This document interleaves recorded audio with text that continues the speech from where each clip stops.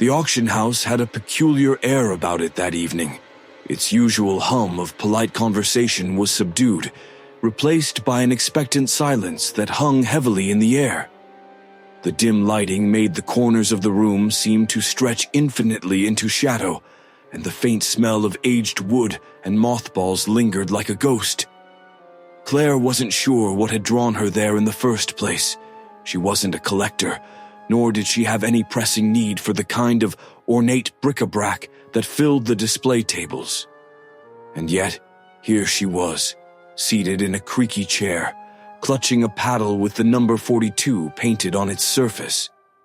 The items being auctioned were as unusual as the ambiance: gilded mirrors, dusty grandfather clocks, porcelain dolls whose painted eyes seemed to follow the bidders. Claire watched them pass with little interest until the auctioneer, a thin man with spectacles perched precariously on his nose, gestured toward the next lot. "Ladies and gentlemen, lot number 113, a rare find indeed. This intricately carved box is believed to date back to the late 19th century. The craftsmanship is unparalleled, and its provenance is enigmatic." A ripple of murmurs spread through the audience as the box was brought out. It was no larger than a jewelry box, but its surface was covered in swirling patterns, the wood darkened with age. At its center was a brass keyhole, though no key was in sight.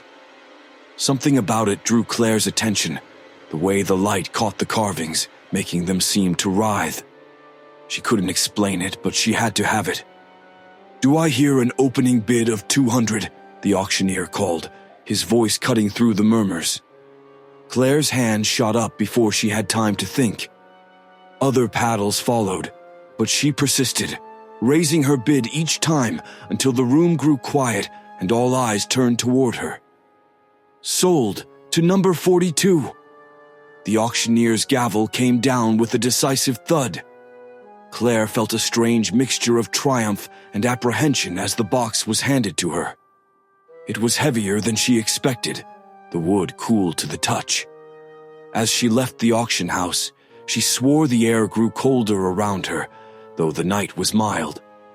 At home, she placed the box on her coffee table, pouring herself a glass of wine as she examined it under the warm glow of her living room lamp.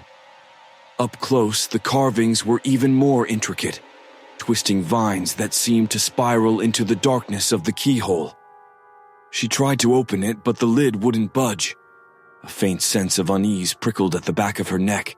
Claire told herself it was just a box. But that night, as she drifted off to sleep, she dreamed of cold hands brushing against her skin and whispered words she couldn't understand. Claire awoke with a start, her heart hammering in her chest. The room was eerily silent, the kind of silence that pressed against the ears. She glanced at the clock on her nightstand, 3:12 a.m. The box was the furthest thing from her mind until she noticed the cold. The chill was subtle at first, but as she threw off her blanket, it became unmistakable. A frigid draft curled around her ankles, making her shiver. She scanned the room. The windows were shut tight, the curtains drawn. With a groggy sigh, she slid out of bed, her feet hitting the icy floorboards. As she made her way to the living room, the sensation of being watched crept over her. She shook her head, trying to dismiss it. The box sat exactly where she'd left it, but the sight of it filled her with an inexplicable dread. She hesitated before stepping closer. The carvings on the surface seemed different now. The vines appeared to twist and writhe in the faint moonlight filtering through the blinds as though alive. She swallowed hard and reached for it. The wood was icy, the chill biting into her skin. A sound behind her froze her in place, a faint, almost imperceptible whisper. It wasn't the wind or the creak of the house settling. It was a voice. Claire spun around, her breath hitching. The room was empty, but the shadows seemed deeper, pooling unnaturally in the corners. She backed away, bumping into the coffee table and nearly knocking the box to the floor. "Get a grip," she whispered to herself, her voice shaky. But her hands were trembling as she reached for the box again. The whisper came again, clearer this time, a single word she couldn't quite catch. Her heart raced as she turned toward the mirror hanging on the far wall. That's when she saw it. A figure stood just behind her reflection, its shape faint and indistinct, like a smudge on the glass. It didn't move, but its presence was undeniable. Her breath fogged the surface as she leaned closer, trying to make sense of what she was seeing. The figure's head tilted slowly, unnaturally, as though acknowledging her. Then it was gone. Claire stumbled back, her pulse pounding in her ears. She turned on every light in the house, searching every room, every closet. But she was alone. Returning to the living room, she stared at the box. It seemed smaller now, less imposing, but the dread it stirred hadn't faded. She wanted to throw it away, to lock it in a drawer and forget it existed. But she couldn't. The whisper echoed in her mind, chilling and insistent. She was beginning to understand. The box was no mere antique. It wanted something. The next morning, Claire woke to find the box sitting on her bedside table. She froze, staring at it. She was certain she'd left it in the living room the night before. Her pulse quickened as she reached out, her fingers brushing the cold surface. The carvings seemed more intricate now, the vines spiraling deeper into the wood, drawing her gaze toward the dark keyhole. A faint, almost imperceptible hum emanated from it, sending a chill through her.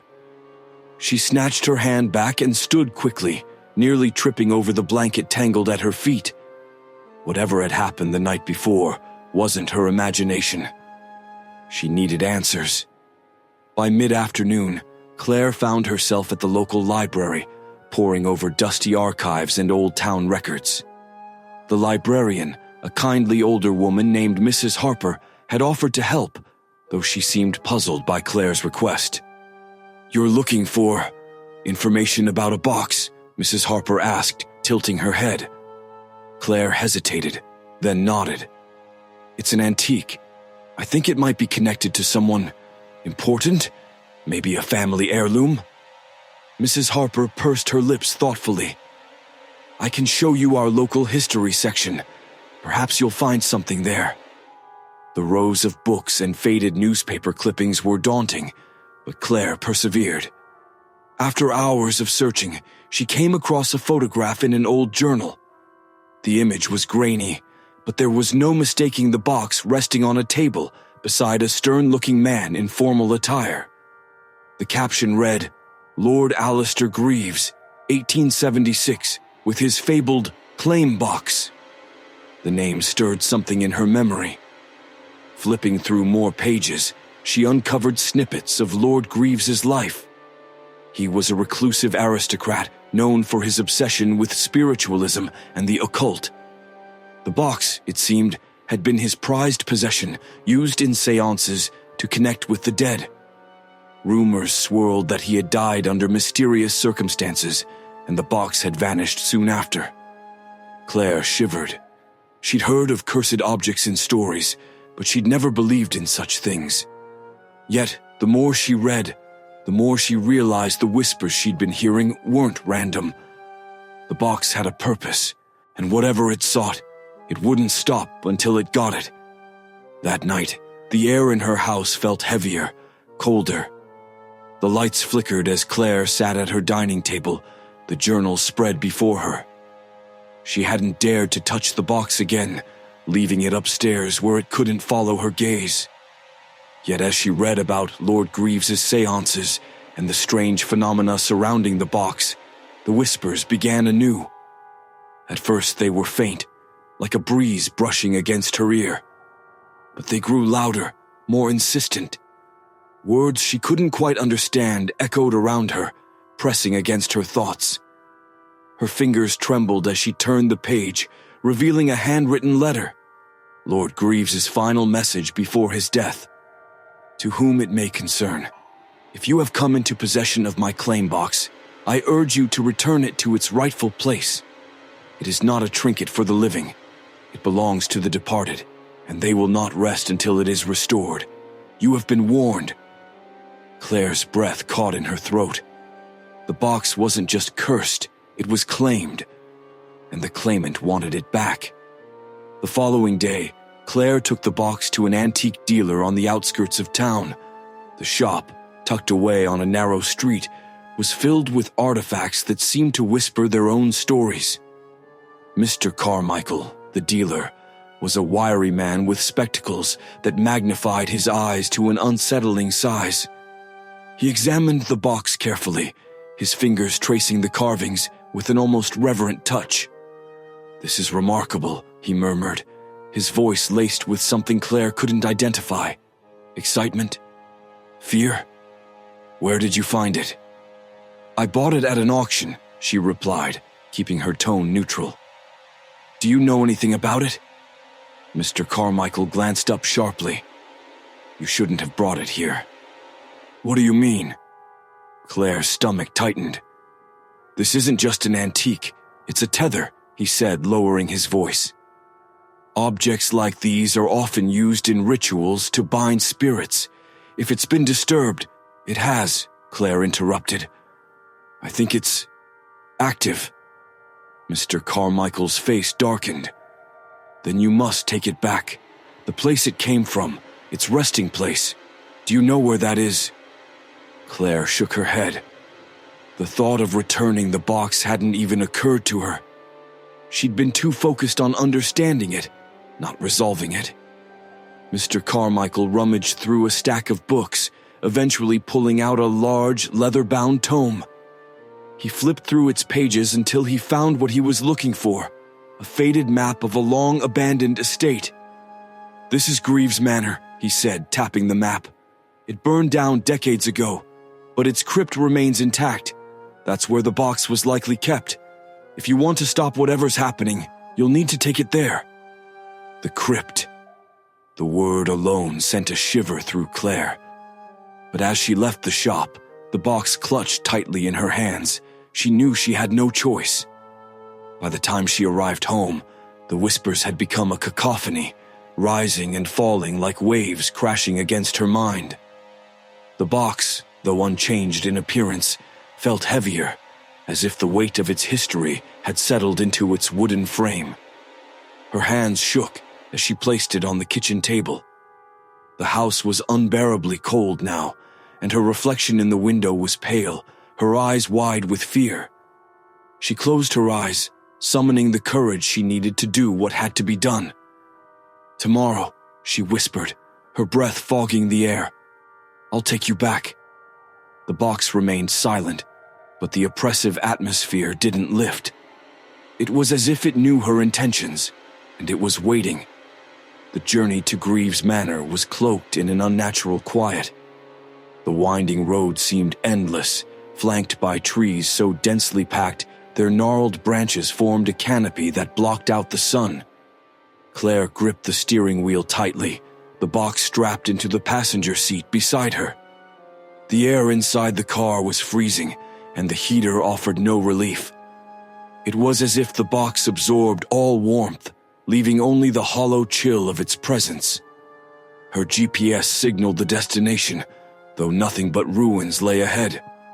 She parked at the edge of a crumbling stone archway, its surface covered in moss and weathered carvings. Beyond it stretched a desolate expanse of charred ground, dotted with skeletal remains of walls and chimneys, the last remnants of Greaves Manor. At the far end, half hidden by mist, was the crypt.